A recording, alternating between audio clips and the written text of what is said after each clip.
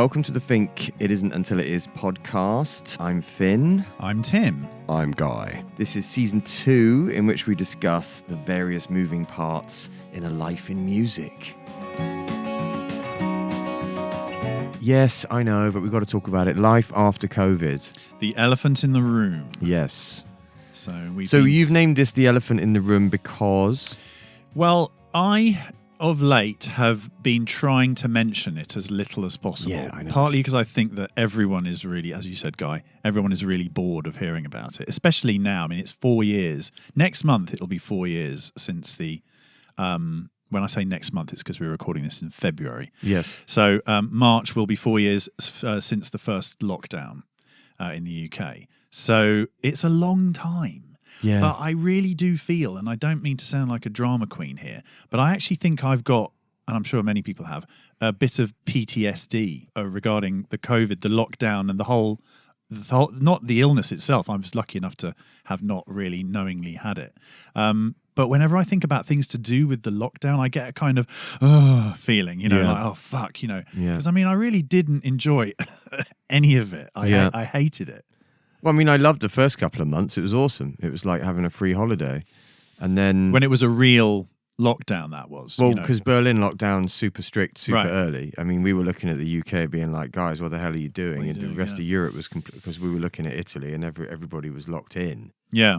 But obviously, for very selfish reasons, we had to cancel massive tours. It completely blew our entire album project into the dust that we'd created for this moment in 2020, the IIUAI stuff. And yeah, I mean, financially and in all the other ways that we know of, it was just a massive kind of... Yeah. Well, I guess it's being seen a little bit in my circles anyway as the Great Reset, a little bit. Sure. So rather than talk about COVID and whether or not, without inviting Russell Brand in to talk about it, whether or not, this is real or that's real, or this is true or that's true, or this much money was wasted on this, or this, avoiding all of those real discussions, it's more like maybe better to look at it like a moment where humanity, especially those of us working in the creative arts and music, had to have a very serious existential sit down and be like, well, what if venues don't ever reopen? And what if we can't fly on EasyJet wherever we want for 50 quid from now on? And, what if? Yeah. And I think that is the PTSD. That massive, year-long, well, it doesn't look like it's going to end. Yeah. And I keep getting it. So... And also the kind of claustrophobia of it. So I live in a 2-bedroom house. There's a flat. There's 3 of us. And... we really did get into kind of habits of like where to be when we wanted to be kind of, I mean, we love each other, but we wanted to be kind of apart from each other sometimes. Yeah. And so, for example, to this day, there's a little fold-up table and a chair in the very furthest bit of our flat for someone to kind of get out if they wanted to sort of sit and work at a laptop there. Right. And I got it out the other day because we were doing something in the lounge. And I sat at it and I just kind of sat there thinking, oh God, this was my life for literally 3 months sitting at this little table, working on, I mean, that's when I got into podcasts at that point. But it was a real sort of feeling of like the world is out there and I have to be in here. I can go out maybe once. Yeah. I mean, I don't know if that was different for you guys because you live in not in the city. You're the only one of us who lives. No, I mean, I was like Finn. I enjoyed aspects of it at the start. It was very nice to have a little breather, I suppose. But yeah, as it became clear this wasn't going to get solved in a matter of weeks, the mood dipped definitely, and I definitely feel like I suffer a bit of PTSD from it, Mr. T. And for me as a musician, as a bass player, I need you guys, really. Yeah, exactly. Yeah. But in order to sort of be what I am, and it's like, what's the point of you after a year of not really playing any bass live? And I know we did do stuff, and that's great. But also just that being compressed at home. Me and my wife were having to work in the same house, and as bizarre as it sounds, even after all these years together, I don't want to. If I'm experimenting with music, I might make a complete fool of myself. Yeah, I might, exactly. And I still don't want to look a fool in front of my missus. So I needed to make a space where I could go and be noisy and also we'll annoy each other. Like, I'll be noisy. And, Yeah. so I needed to escape. So I managed to build a little studio outside that I was able to escape to, which was really, I think if I hadn't done that, I might have lost the plot altogether. But it for us as musicians, I think it was pretty crushing we were watching our colleagues and compatriots try and do gigs online. I mean, it's just like, it was so god awful to know that all these musicians weren't interacting with each other like we aren't. It was. So you did a gig quite early on. You did that Médecins Sans Frontières. Yeah, I did a gig for Médecins for Do you remember when that was? MSF, I don't know, man. I don't know, 2020, 21 maybe. Was it? It was nice. 21? It was a nice day. I remember that. It's an online gig, you mean? Yeah, it was an online gig. Yeah. Classic. In my mind, acoustic. it was early on. It might have been. I don't know. I can't remember. But I remember that being quite a nice little moment because you were doing the gig there, and I was conscious that you were watching, and I was watching, and some of our crew were watching, and also we had YouTube comments. Yeah. And it's nice. It was really nice. It felt like, we're all together, in a way. Virtual way. In a strange sort of way. So things like that became quite important. Yeah, but I suppose this episode is entitled Life After COVID. Yeah. So I guess what happened, everyone had their own journey through this rubbish experience. And when it started to lift, when you got on your first plane, I remember there was a few songs out there from some of the pop kids. They were talking about checking in. Yeah. And, and I'm like, oh, wow, we're on planes again. It's happening. That feeling. I remember my first flight was like euphoric. I couldn't wait to check in. Yeah. And okay, wearing a mask the whole time was annoying, but like, wow, I'm going to fly somewhere. How exciting. I think I probably flew to Cornwall or something. And so when would that have been? Was that in 21, do you think? I don't know when they opened up the flights now, 22, mate. Because, 22, we went down to Montpellier to do this Ubisoft video game soundtrack meeting. That must have been late 22, and that was still COVID certificate, freshly vaccinated, mask, blah, blah, blah. And we did our Portugal trip. We did a kind of demo. We did, yeah. Songwriting. Was that 22? Mission. That was March 2022. Yeah. And that was definitely the first time I'd ever been on a plane since the beginning. Yeah. And there was masks and so on. It was masks in the airport, and we hadn't seen each other for 2 years, pretty much. Yeah. And I remember it being really amazing to be outside the country for the first time in so long. Especially with us touring bands are used to being in a different country every week. Yeah, exactly. And then all of a sudden you're like, this is one of the things about COVID that made me realize that I actually live in Germany. Yeah. Because, I live in Berlin. It's all very international and stuff, and I'm flying around and doing interesting things. But then when you're not, you're actually in Germany, and you realize I'm in Germany. I live in Germany. Yeah. It was quite a realization. But one of the things I thought that was really like the feeling I was getting when everything started to open up again was how is our industry as musicians and live musicians and band musicians and touring musicians, how is it just going to slip back into the old habits and just go back to normal, and it's just going to be like it always was? And I don't think it has, actually. Now, I've seen the past year and a half of my habits and seeing others out there. Yeah. One, for a start, the fees are halved and the costs are doubled. So that totally changes our everything. I read somewhere last year that it was the death of middle class touring. So if you're the kids in the vans doing the toilets, then it's like you haven't really been affected. You're still in the van. You're still playing the grungy, punky shitholes out there. And if you're Tool or Green Day, you're still playing the stadiums, and that doesn't affect you in the slightest. Yeah. It's the middle bit. Yeah. It's the 500 to 3,000 cap bands like us, which is exactly where we are. Where the single decker used to cost $1,000 a day. Now it's $2,000 a day, and so that means we can put 4 on the stage instead of 6. We have to sell twice as much merch. Yeah. It changes things, changes the dimensions of how we tour. Yeah. And I remember seeing Jose Gonzalez was one of the first bands I saw coming out of COVID at Astra in Berlin.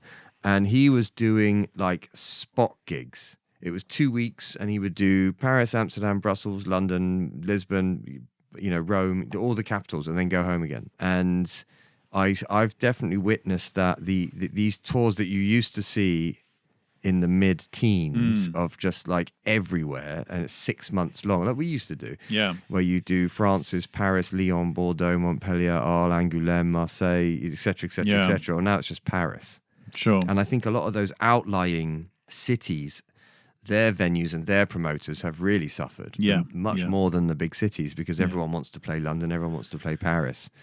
But if you're a promoter in Montpellier, it's quite difficult to drag that band down there because you've also had this kind of great reset in terms of like, well, all those promoters that thought maybe I'm a bit old and I should retire have retired. Yeah. All those venues that were clinging on by their fingernails gig by gig, they're all gone, or now they're apartments. And so you kind of don't even know the lie of the land. You know, when you think about the venues that we would think that we're going to play in Frankfurt or something, you don't even know that one's there anymore. Sure. You know? And you might be forced to play a Live Nation venue that's a 5,000 cap to 400 people now, instead of playing that perfect 500 cap, which you know and love. Yeah. It's definitely changed the nature of how middle bands think about how we do it, how we budget it, how we cost it, how much crew we can take out. And I think after you. I was going to say, I think crews have suffered really terribly from it, you know, really badly. But I'm actually quite positively impressed by how many of the smaller venues did survive. When it first hit and it became clear it was going to be years, I remember thinking that I was personally really worried that a lot of these venues just wouldn't exist. Yeah, again. Most of them. But so many of them have managed to pull through. I have no idea how. Well, it's funny, Matt. Well, like the Night and Days of this world in Manchester and the Row Towns in Rotterdam. You like, you know, how? But you know, they got help. Some of them, I don't know about the British ones, but some of them got help. And I remember when I toured Italy last year, did a little solo run to Beat Me Up, ready for the album recording in October. Bit of sparring and all I was expecting, the Italy, you know, everything's falling apart. Mic stand's broken. The sound guy will turn up after dinner, whenever that is, or whatever. Doors will open when we can be bothered. Type of a run. Yeah. But it wasn't that at all. All the venues had been juged pretty much. Really? I did a few Spit and Sawdust, Rough and Ready ones, but the nice ones had all spent the whole time in COVID basically fixing the seats, fixing the PA, fixing the stage, and I'd walk out in some of these places and they'd be like, man, this is nice. Yeah, that's good. Wow. That's a good thing to use. Last time we were here, this place was falling apart. Yeah. So true. I think maybe a lot of people have taken the opportunity to get right what was wrong in a way and say, like, again, the great reset, right, we're starting again. Yeah. So let's fix the PA, let's fix the stage, let's fix that toilet or whatever it is, you know. And I think my initial fear, going back to what you were saying, Guy, about how all the little ones will be gone, and the outcome of that will be it'll just be Live Nation owns everything. I don't think that kind of happened, and I don't know how or why that didn't happen. But like, there's this one venue in Berlin now which is called the Uber Eats Arena or something, and it's like, that's not. My friend is seeing Beth Gibbons there, and he was like, I'm going to see Beth Gibbons like next week at what's the venue? And I'm like, isn't it Verti Music Hall? And he's like, no, it's called Uber Eats Music Hall now. And you're like, that's rubbish. Yeah. Doesn't quite fit with Beth Gibbons either. No, exactly. That's really depressing. Yeah. I remember the first gig I went to out of COVID was Jose, and I was really paranoid. A big squishy venue, very full. And Berlin is very much kind of like, I don't live by your rules, bro. I'm not wearing a mask. Right. And so me and Samar, you know, we had a baby and everything. We were masked up. It was our first night out after having a baby, actually. Right. So it was the kind of thing. And we had a wine and everything. And I think Samar had an argument with the bar staff because they wouldn't let her drink her wine out of a glass or something. I don't know. It's classic. And we lasted a couple of tracks, and then we got a bit freaked out and left. What was your first gig out? I was just thinking I think it was Nicky Hustings, who was our second drummer. Do you remember the name of that Dutch band, that dance band he played with? Weevil. Yeah. So it was Weevil. Yeah. And they played, I think this was quite early on in 2022. We had quite a nice, I went for lunch with Nicky. We had a nice kind of wander around Hackney. And then later on, I went to see him at Hackney Wick. And I was expecting it to be sort of relatively sedate, with people kind of walking in and keeping their distance and so on. Maybe the odd person wearing a mask, but it wasn't. It was a crush of hormones. Nice. It was a load of young people, like early 20s. And I walked in there, and it was like proper kind of push your way to the bar kind of thing. And I remember thinking, I haven't been in this environment for ages. It was a bit freaky, wasn't it? Yeah, it was. And I got home that night, and my wife said, so how was it? Was everyone wearing a mask? And I was like, no. What are you talking about? Yeah. I mean, in Berlin, like the kids would party in the parks. Yeah. So you'd go for a walk with the baby on a Sunday morning to around the park, and the place was like a festival site Right. that had just been like left, like Sure. leave no trace, God, like the opposite of that. It'd be covered. Leave all trace. But in teenage party, paraphernalia just spread everywhere. Yeah.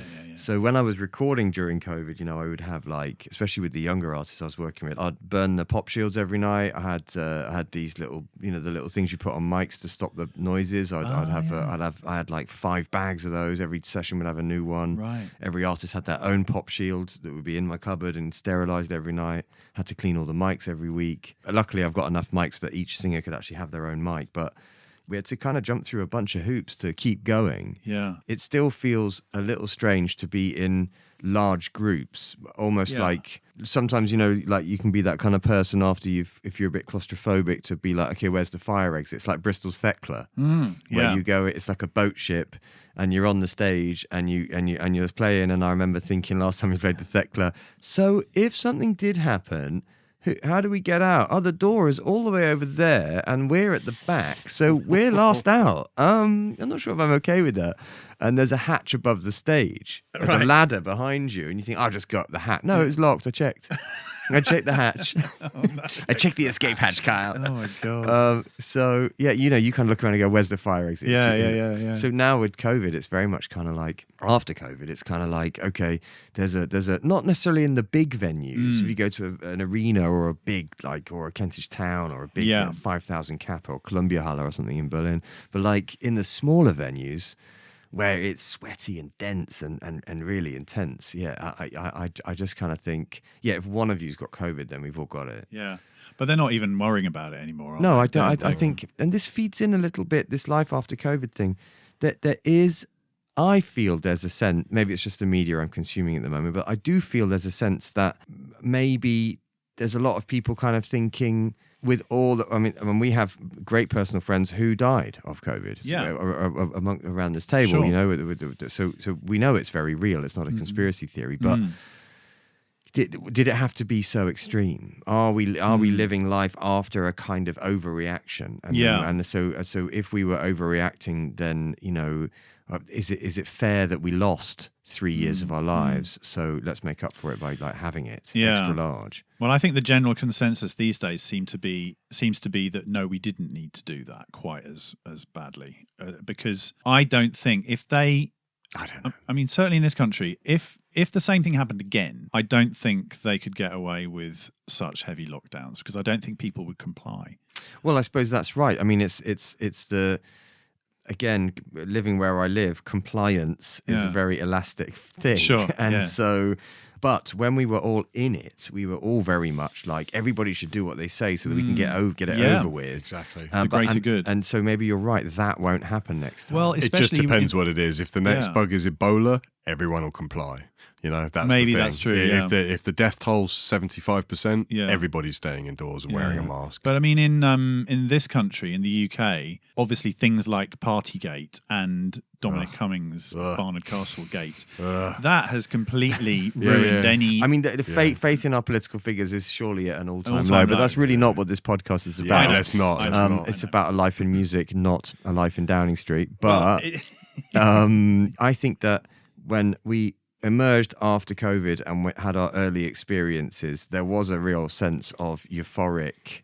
We're never going to take that for granted again. Yeah. The fact that we can go out on a Saturday night and see a band and we don't have to wear a mask and provide a certificate to say that we're healthy. Yeah. That's true. Because I think especially in our live music business with the crews, there's so many people behind what we do on stage, and it actually brought them to the fore a little bit. It brought their plight forward in our industry. Yeah.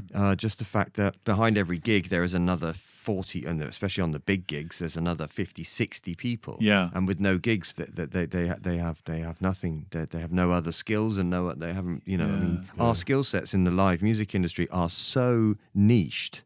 That your monitor engineer can't also tour manage, can't also do front of house, can't also do catering. That you don't do everything. You tend to specialize the bigger you get.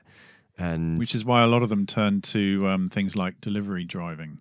I mean, yeah. You know, the Boring Roadie, who's a Twitter handle that I follow, who's very funny, and I think we worked out that he was once Muse's bass tech. Right. Oh, I remember this guy. You're trying to find out who he was. Me and Nigel were trying to find out.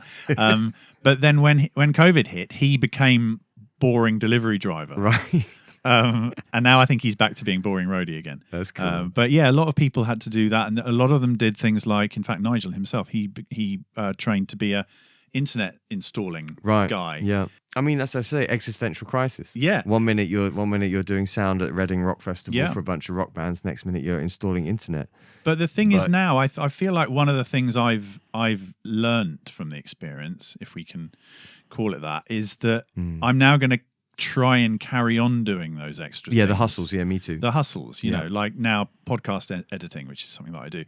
I'm not going to stop doing that. Yeah. And like what you were saying about taking it for granted, you know, I can't wait to go on tour. I can't wait. I'm so pleased that we did a month's recording. That was just amazing. But when I got back, I didn't go, hey, I'm a rock star. You know, I went, right, next day back to the podcast editing, because I don't want that feeling again. Yes, that feeling of like helplessness being withdrawn from you by someone else. So absolutely. I mean, this feeling that I've got after COVID is definitely that there's this kind of global consciousness that we've all felt on stage a million times, where you have moments with larger crowds where everyone's on having the same conscious experience at that very moment, and you get these moments of mass conscious events, and you get them at gigs all the time.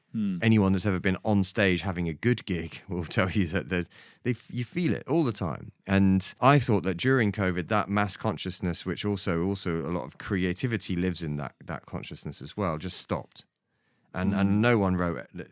What I thought would happen, like life after COVID, I thought would be every band you've ever heard of would be releasing their new record because they spent the past 3 years being really creative, like that hashtag Instagram Live. Like, there was a bit of that. Yeah, that rapper did it. You know, the guy you like on Possible Futures. Blowdown. Not Faramonch. No.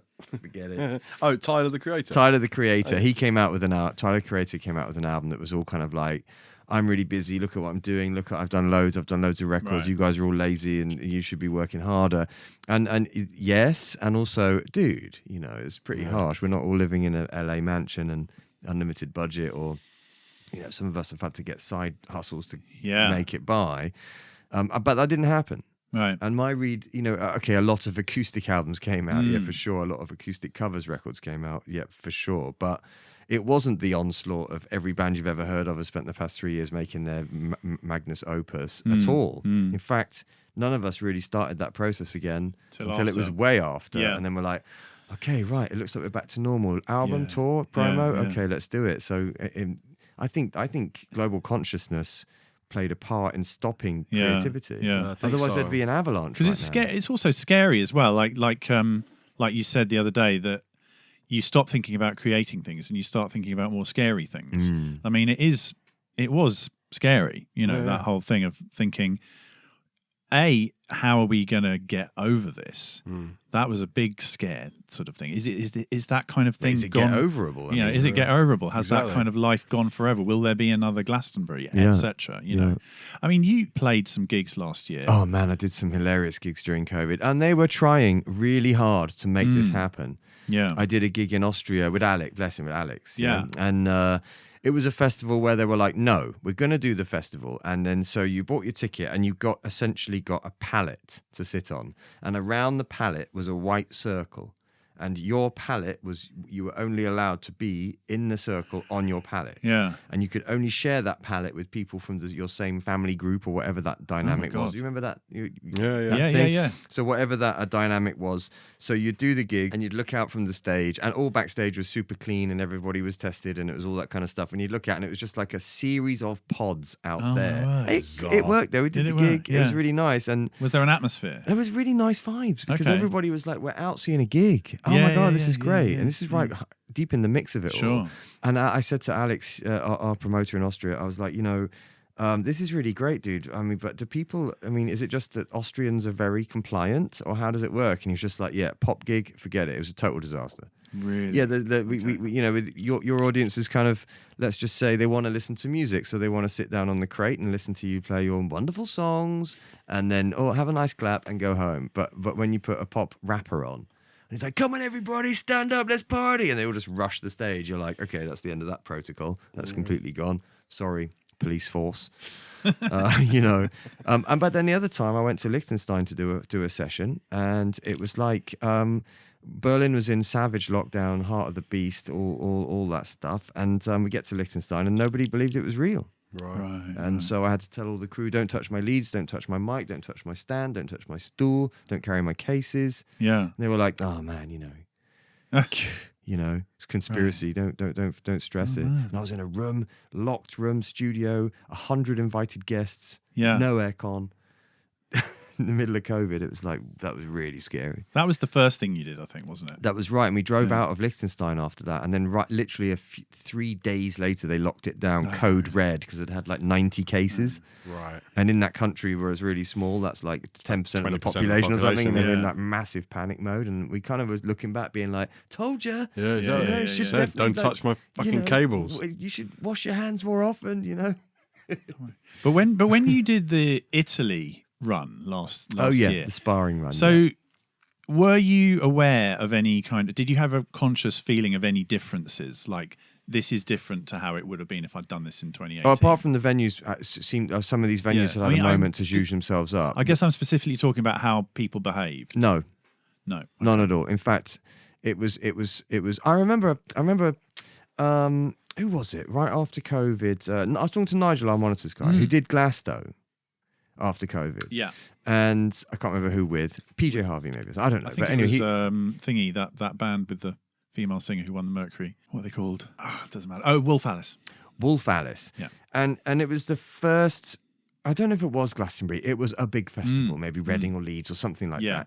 And he said he said that, the crews were crying. It was so great to be back.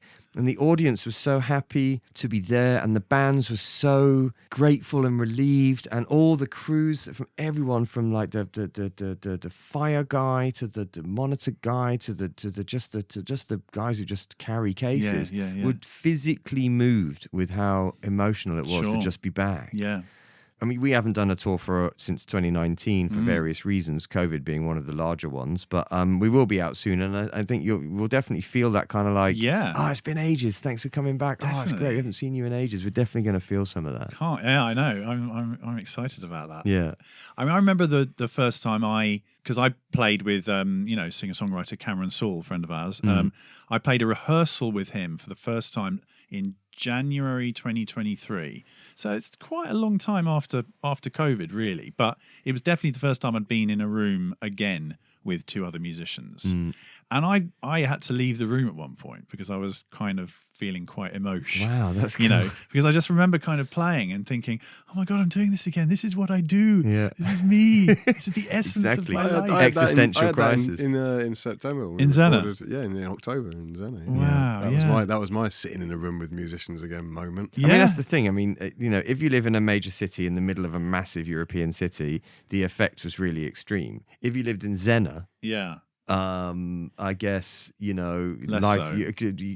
Tesco's experience would be slightly different, but it's quiet anyway, and no one's there, and you're kind of in lockdown. Like you've chosen this lifestyle, I mean, maybe you can't go to the Tinner's Arms. That's the only other I'm sure difference. they do a workaround. I'm sure they'd work it around. Well, we got a log fire. It kind of gets rid of the germs. It's okay. We're open or whatever. I'm sure they'd work it out. The takeaway out the window. I think life after COVID is a weird combination for me of like, I'm really grateful for what we do, more than I was in 2019 when I was just doing what I do. Now I'm like, I love what I do more because it was taken away.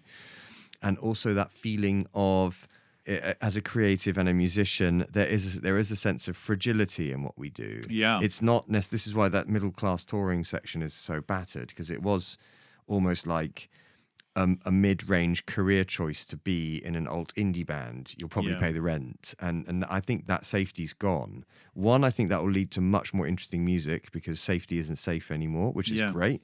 And that fragility means that a lot of the musicians and creatives in all the creative fields, only the ones almost like Lemmy, when Lemmy described it in Motorhead when he started that as this was truly a lifestyle choice. Yeah. It wasn't a career. There was no future. And when you told people you were in a rock band, they were like, oh my God, I'm so sorry for you. Are you all right? And he's like, yeah, of course I'm all right. You're the one that isn't all right, Yeah. We're going a bit more back to that. So the musicians that are going to be out there and coming through aren't going to be there being like, you know what, if I'm in a band, I can earn, 25 grand a year and then I can pay, it's more kind of people that are just like, I need to create, I want to create. I can't think of anything else to do. It's all I want to do. And it might lead to much more. I mean, pop music has become much more interesting in the past, in my opinion. Yeah. After COVID, Yes. it's become the most inclusive, one of the most creative spots in our industry. And I think some of the genres that have fallen, some of the genres that COVID ended, alternative indie, I think being one of them, Right. were maybe the genres that were a little bit stuck in their ways, a little bit stale. on the hamster wheel. Yeah. A little bit like album promo tour, ad infinitum. Yeah. And some of those genres have just gone. Well, speaking from our own experience, I mean, I think we all feel like we've just made our most interesting album in a while, So it's I think running through that record is a sort of feeling of we didn't have this, now we have it again, Yeah. And I think it's really powerful, just the idea of being in a recording studio, and not having to kind of worry about any kind of social distancing or anything like that is a really special thing. And we can do it without. We made a remote album and we managed it and it was fine. But it is lacking a certain feeling in yourself, like a kind of soul, especially at the end of the day. Yeah. When you finish your session and you turn your gear off and you're like, okay, so what do I do now? Who do I go and have a drink with now? Let's go to the Tinners. Yeah. Absolutely. But, I think the proximity, the loss of the proximity definitely showed in the music. The music that was made during lockdown, you can feel the musicians are, dozens, hundreds miles apart and emailing each other tracks. Yeah. And it is the most frustrating process, as we've said before, where, like you can work on something for a day thinking it's brilliant, play it to you two, and you both write back saying, no, I don't like that. Yeah. And you'd have told me that in 5 seconds if we were sat in the same room. So the process got very elongated because of the separation. But I remember during COVID in Berlin, a lot of my dance music guys had truly existential breakdowns. Right. I mean, because the dance scene, clubbing was completely gone, utterly gone. Yeah. There wasn't, DJs were trying to do DJ mixes on Zoom, but I mean, serious spatial context required for clubbing, and wow, I mean, it really gutted the scene absolutely to root and branch, and a lot of them became jabbers. They'd be the guys that'd be trained to give you the injection in these massive injection centers. My friend Lee being one of these guys. Oh wow, yeah. And he was like, there were so many DJs doing it that they had a DJ at the center. Because everybody was pretty much 9 out of 10 of them were DJs, right? So you'd have a DJ in the corner playing sort of tense gabba, while people were getting their jabs done, and there were bouncers, and everyone just like, okay, well this is it now. Turn it into a social event. Make the best of a bad lot. Fantastic. Yeah. But I mean, life after COVID is definitely. I feel like a lot of people got into some very good. Apart from the, we're not deliberately ignoring it. We lost a very dear friend, our tour manager to COVID, Simon De Winter, who was a very dear brother and friend of ours. And so even though we all try and put a really positive spin on it and but it was good because of this and we did it, there is tragedy there. Yeah. There is tragedy there. For I sure. think we do tend to just brush that under the carpet at the moment. And maybe that's the right thing to do. As in, don't look back, just look forward and let's just get on with it. Yeah. Because it was a massive moment in our industry, and I think anyone still left afterwards is very much kind of like, I'm either, do I want this? Do I want to risk this all going again? So I'm going to be this niche operator in a niche hospitality field, or am I going to broaden my skill set and be part of the gig economy, the hustle economy, which is exhausting. Wearing so many hats. It'd be interesting to know whether, that thing when you're in school and you want to be in a band and so on, and you leave school and you form a band, and I wonder if COVID has increased the amount of people doing that or decreased it. Nothing ever decreases or increases that number. It's like parents complaining about, parents were complaining about their kids playing with a stick and hoop, and they're complaining about kids playing with a iPad, the kids do what they do. People who want to be a rock drummer will be a rock drummer anyway at teenage years. I think Tim's right. Tim has a because point, some of it is like, you see your mates doing something and you want to be part of that, and you want to be that guy or that guy, and if that's not there, but then social media's filled that hole because you get all of these lifestyle creatives, and you're like, oh, it does look really cool, I want to do that. And the skill set is freakish. I mean, you see some of these. That's the trouble. Actually, it was Chris, our rhythm guitarist, who pointed out to me, because he teaches a lot of kids to play, and he said that the Instagram videos, they are counterintuitive. So these guys are so technically skilled that when the kids are watching them, they don't think, oh my God, that's so cool, I could be that good. They watch it and just go, no matter what, I could never be that good. Yeah. And they don't realize that the guy hasn't filmed it in one take like it looks like. And also he is very, very good, but he's got that way by playing for 20 years. Same with skate videos. You see like the guy pull that trick off, and you're like, well, that's amazing. And you don't see the hospital visits and the fractures and the year it took him to nail it. Yeah, precisely. So I think actually the short attention span of the YouTube and the Instagram has fed into the kids. The ones who aren't interested are less interested. The ones who are interested, I'd say, are more interested. I mean, it's a topic possibly for season 3, whether or not, because if alternative indie is has gone and become like an archaeological section of the record store, and you're kind of dyed-in-the-wool singer-songwriters is a kind of retro moment over here. It can be a bit folk, can be a bit Americana, whatever, but it's over here. Is the band under threat? When you look at some of the vectors that we judge this on, like the Grammys or the Mercuries or something, where we group our judgment. Yeah. I mean, well, totally. I mean, there's been some articles about this. Who's the new Radiohead? Who's the new Springsteen? Who's the new Coldplay? Yeah, this is it. I mean, there are some really, encouragingly, there are some really interesting. Well, who are just shoved into every box at the moment. Yeah. Like, who's the new Coldplay? But I was thinking Idols. about someone who's like the new Radiohead? Idols. Who's the new punk band? Idols. It's like, but they like can't a band beat like everything. You've heard of English Teacher, right?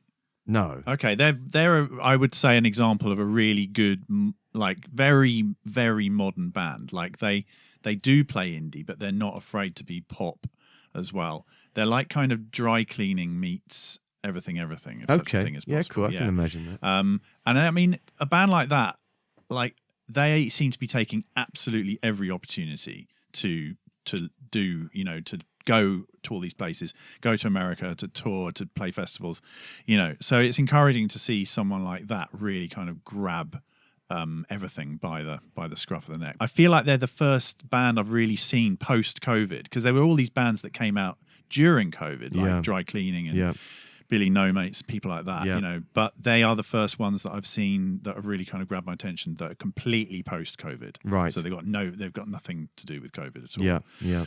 Whereas even like Yard Act, they formed in and COVID. Squid and people like that. Yeah. I mean, that was really tough. I really felt for those. Any band that was trying to go in 19 and then just had to stop for 4 years. Those. And we think if we'd done our first album and then had to stop for 4 years, that probably would have been the end of our project. We should wrap it up particular topic. Should we wrap up by saying what's one habit that you picked up in COVID that a good habit that you've continued to do? It has to be a good one. Yeah, no, it doesn't have to be a good one. But preferably a good one. I mean, I had I used COVID, and I rather predictably, I suppose, deeply got into yoga and meditation and my holistic practices and my studies, and that was awesome because there was plenty of time for that. Yeah, sure. And so I almost kind of went on a personal, like it's like a university course, almost 3 years of study and introspection, and now I got a bunch of skills I'll carry with me for the foreseeable future. Yeah, that's good. Guy? Can you top that? I got to work on my skills at avoiding people. Nice. And I managed to get over the horror that when I had to remove my mask, I might forget I wasn't wearing it, and people would see that I was mouthing obscenities at them. No, I'm joking. I genuinely can't think of anything. No. Yeah, brilliant. I mean, I suppose the studio building yourself getting a studio built was good. Yeah, that was good. a crucial manoeuvre on my part, because before that I was always just so reliant on Finn's studio. I'd have to rock up there and record there. Yeah. So I had to take the bull by the horns. Actually, as a slight aside, may I say, similarly, right, my sister, she used to have to travel to London to record voiceovers every day, and for years I'd been saying to her, you just got to just get a laptop and a door. It's so simple. Like, if I can do it, and I'm an absolute muppet at this stuff, then you can do it. And lockdown meant she had no choice. She had to, and it's completely changed her life. Didn't she set it up under her stairs? Yeah. She built like a brilliant little sound booth. Love it's that. really cool. It's It's so a nice cool. little setup. And Mr. T? Cycling. Really? Cycling. Yes. God. Because I started, I guess I started because, we didn't want to go on the bus the whole time during COVID, Yeah, totally. I got bored of kind of walking everywhere and walking taking ages, and I didn't want to go in the car all the time. God, it's taking your life into your own hands in London. That's what I was going to say. Much It's bigger not risk than as bad. COVID. You could It's go and not. lick every bus I you th- liked, and you I had less thought- risk. Yeah, I thought that for years. I mean, now I'm doing it. I'm kind of like, why the hell have I lived in London for 30 years and not done this before? Because you value your life. Is it that surge of adrenaline you were chasing? Is it like adrenaline base junkie jumping? side I'm of gonna you? I'm gonna go base jumping, and then I'm gonna cycle home. No, I swear, you guys, it's not anywhere near as bad as you think. He's on a thrill kick. Yeah. He's an adrenaline He junkie. spends his weekends climbing cranes illegally and dangling off and He's going to be filming on himself. top of the tour bus being like, guys, this is amazing. I feel so alive. I'm so close to death. I might bring the bike on tour. Oh, actually. God. I knew he was going to say that. I was about to say, you're not going to bring a bike. Ask Simon everyone De Winter. Actually, never use Ask it. Simon De Winter, bless him, who I bought know. his bike on tour, and then I broke it on. Did you? You it You could do what Sophie Hunger used to do. And run 10 kilometres a day. Well, that brings us on to Health our on next tour. topic, which is health on tour or something. Okay, so so I that- just go off for lunch at this point then. But maybe. Thanks for joining us for It Isn't Until It Is, Fink's rolling podcast through a life of music. See you next week. Thank you.